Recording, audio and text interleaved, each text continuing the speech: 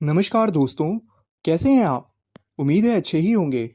दोस्तों, मेरी आज की वीडियो आपके लिए मोस्ट मोस्ट इम्पॉर्टेंट वीडियो है, क्योंकि दोस्तों आज की वीडियो में मैं आपको 5 ऐसे स्टेप्स बताऊंगा जिनको अगर आप स्टेप बाय स्टेप यूज़ करेंगे तो आप आराम से 40 में से 40 मार्क्स साइंस में ला सकते हैं। लेकिन साथ-साथ 40 में से 40 लाना इतना आसान भी नहीं है। मतलब आपको कुछ गलतियों से बचना होगा। अब मैं उन गलतियों के बारे में भी बात करूँगा और उन चीज़ों के बारे में भी आपको बताऊँगा, यानी उन 5 स्टेप्स के बारे में भी बताऊँगा, जिससे स्टेप बाय स्टेप आप 10th मई को जो एग्ज़ाम होगा साइंस का, उसमें 40 में से 40 कैसे आप ईज़िली स्कोर कर सकते हैं। तो आइए दोस्तों शुरू करते हैं।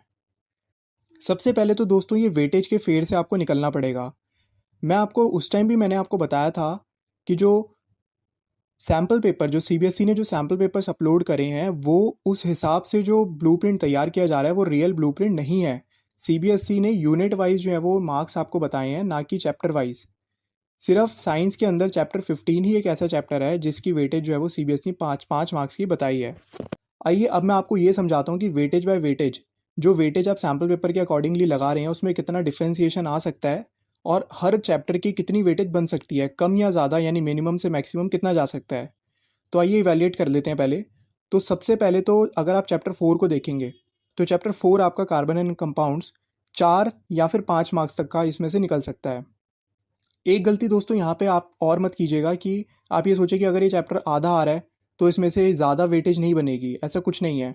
चैप्टर 4 जो है वो आधा आ रहा है, लेकिन सैम्पल पेपर में इस बार वो 4 मार्क्स का आया हुआ है।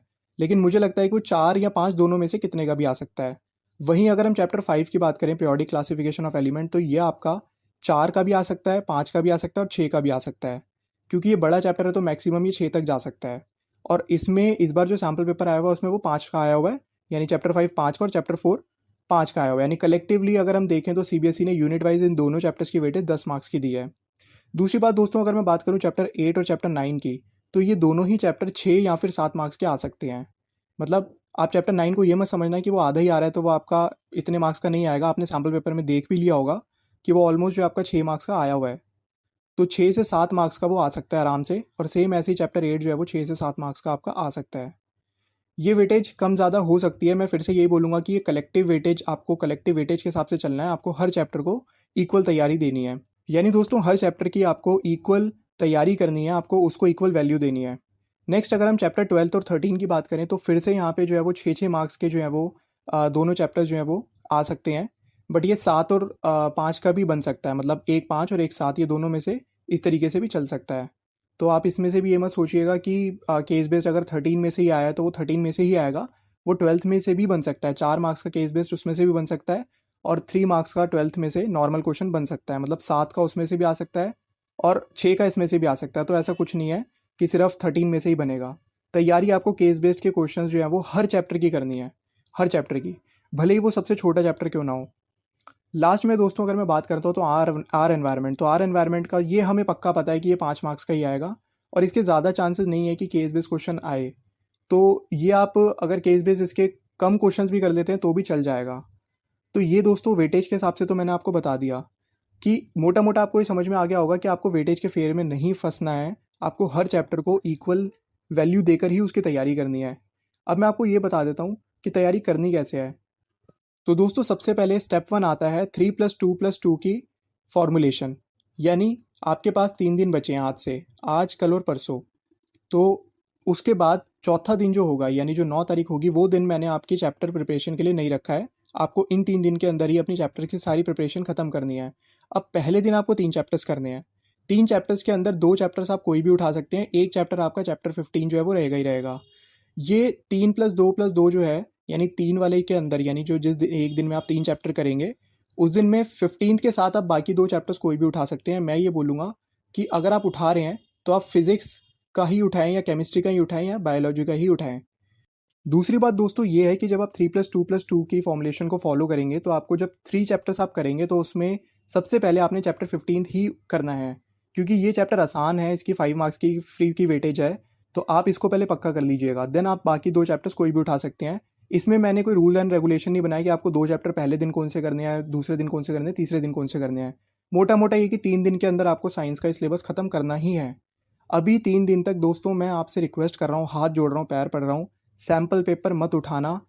अब करना क्या है, अगर सैम्पल पेपर नहीं करना तो क्या करना है, तो मैं आपको बता देता हूँ। यहीं से मेरा स्टेप नंबर 2 स्टार्ट होता है, chapters plus previous year question. यानी जिस भी चैप्टर की आप प्रिपरेशन कर रहे हैं उसके एनसीईआरटी के क्वेश्चंस तो मस्ट है करना, प्लस साथ में प्रीवियस ईयर क्वेश्चंस करने हैं। प्रीवियस ईयर क्वेश्चंस की 2 मार्क्स, 3 मार्क्स और केस बेस्ड क्वेश्चन मैंने सारी की सारी पीडीएफ आपको आज डिस्क्रिप्शन में दे दी है, तो ये आपके लिए काफ़ी हेल्पफुल होगी। हर चैप्टर के प्रीवियस ईयर क्वेश्चंस की आपको पीडीएफ मिल जाएगी। साथ में इसमें प्रीवियस ईयर क्वेश्चंस के कई क्वेश्चंस के आंसर्स टॉपर्स ने भी सॉल्व करे हैं, तो टॉपर्स की भी आंसर शीट मैंने उसके अंदर डालकर आपको दी है।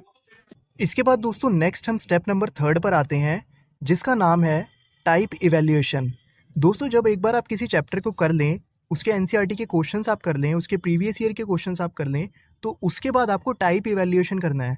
अब ये टाइप इवैल्यूएशन का मतलब ये है कि आपने हर चैप्टर के अंदर हर टाइप के क्वेश्चंस जो है, यानी किस किस टाइप के क्वेश्चंस बन सकते हैं, जैसे स्ट्रक्चर बेस्ड क्वेश्चंस हो गए, या फिर जैसे आपके नॉर्मल जनरल क्वेश्चंस हो गए, डायग्राम बेस्ड क्वेश्चंस हो गए। तो इस तरीके के जो क्वेश्चंस हैं वो आपने कर लिए हैं, वो सब आप लिख कर उनको टिक लगा दीजिए कि आपके सारे टाइप के क्वेश्चंस जो है वो इस चैप्टर के हो गए हैं, मतलब कोई पर्टिकुलर टाइप का क्वेश्चन बचा तो नहीं है। तो ये आपको करना है। नेक्स्ट दोस्तों आता है स्टेप नंबर 4, जिसको मैंने नाम दिया है डोंट इग्नोर द डायग्राम्स। दोस्तों हर चैप्टर के अंदर आपको पता चल जाएगा, मतलब जो डायग्राम बेस्ड क्वेश्चंस हैं वो आपको ज़रूर करने हैं, लेकिन डायग्राम बेस्ड क्वेश्चंस की एक टाइमिंग है, और वो टाइमिंग अगर आप फॉलो करते हैं तो उससे आपको टेंशन नहीं होगी और आपका कॉन्फिडेंस भी बढ़ेगा। तो आपको डायग्राम बेस्ड क्वेश्चन एक तो सुबह उठने पे करने हैं और एक रात को सोने से पहले करने हैं। नेक्स्ट दोस्तों अब हम आते हैं अपने आखिरी स्टेप पे, step number 5, finish the line. अब दोस्तों फिनिश द लाइन का मतलब ये है कि अब आपने आखिरी दिन, यानी जो आपका 9 तारीख यानी 9 मई का जो दिन होगा, उस दिन आपने बेसिकली सैम्पल पेपर उठाने हैं। आपकी तैयारी हर चैप्टर के हिसाब से हो जानी चाहिए, और उस दिन आपको अपने सैम्पल पेपर्स का टारगेट करना है। उस दिन आप कोशिश कीजिएगा कि सुबह जितना जल्दी उठ सकते हैं उतना जल्दी उठिए, और ज़्यादा से ज़्यादा सैम्पल पेपर्स करने की कोशिश कीजिएगा। दोस्तों सैम्पल पेपर्स आप कहाँ से करेंगे, तो मैंने सारे के सारे सैम्पल पेपर जितने निकल सकते हैं वो भी मैंने आपको डिस्क्रिप्शन में प्रोवाइड कर दिए हैं। साथ ही मैंने हर चैप्टर के नोट्स और एक्सप्लेनेशन भी मैंने आपको डिस्क्रिप्शन में प्रोवाइड कर दिए हैं, तो सब कुछ ही दे दिया है। अब दोस्तों जैसे कि आप देख रहे हैं कि मैं इतने दिनों से लगातार आपके लिए मेहनत कर रहा हूँ, तो दोस्तों आपका भी फ़र्ज़ बनता है कि आपको अपने करियर के लिए, अपने लिए कम से कम मेहनत ज़रूर करनी चाहिए, और मुझे पूरी पूरी उम्मीद है कि आप कर भी रहे हैं और करेंगे भी। अब दोस्तों यहाँ पे मैं एक फ़ाइनल पॉइंट ये बोलना चाहूँगा कि मान लीजिए कि अगर आपको मेरी स्ट्रैटेजी से कोई सेटिस्फेक्शन नहीं मिलती, आपको लगता है कि सर हमें अपने हिसाब से स्ट्रैटेजी बनानी है, हमें अभी सैम्पल पेपर्स करने हैं, हमने तैयारी पहले से कर ली है, तो मेरा आपसे ये रिक्वेस्ट रहेगा कि आप फिर डायरेक्ट सैम्पल पेपर शुरू कर सकते हैं। लेकिन मैं फिर भी यही बोलूँगा कि प्रीवियस ईयर क्वेश्चंस को देखने से पहले आप सैम्पल पेपर मत कीजिएगा। सारे प्रीवियस ईयर क्वेश्चन अगर आपके हो गए हैं तभी आप सैम्पल पेपर शुरू कीजिएगा। आप जैसे अपनी स्ट्रैटेजी अपनी खुद बनाना चाहें तो आप वो भी बना सकते हैं। अगर मेरी वाली अगर आपको ठीक लगती है तो मेरी वाली से बच्चे फ़ायदा उठाते ही हैं, अगर आपको लगता है तो आप ये भी करके देख सकते हैं।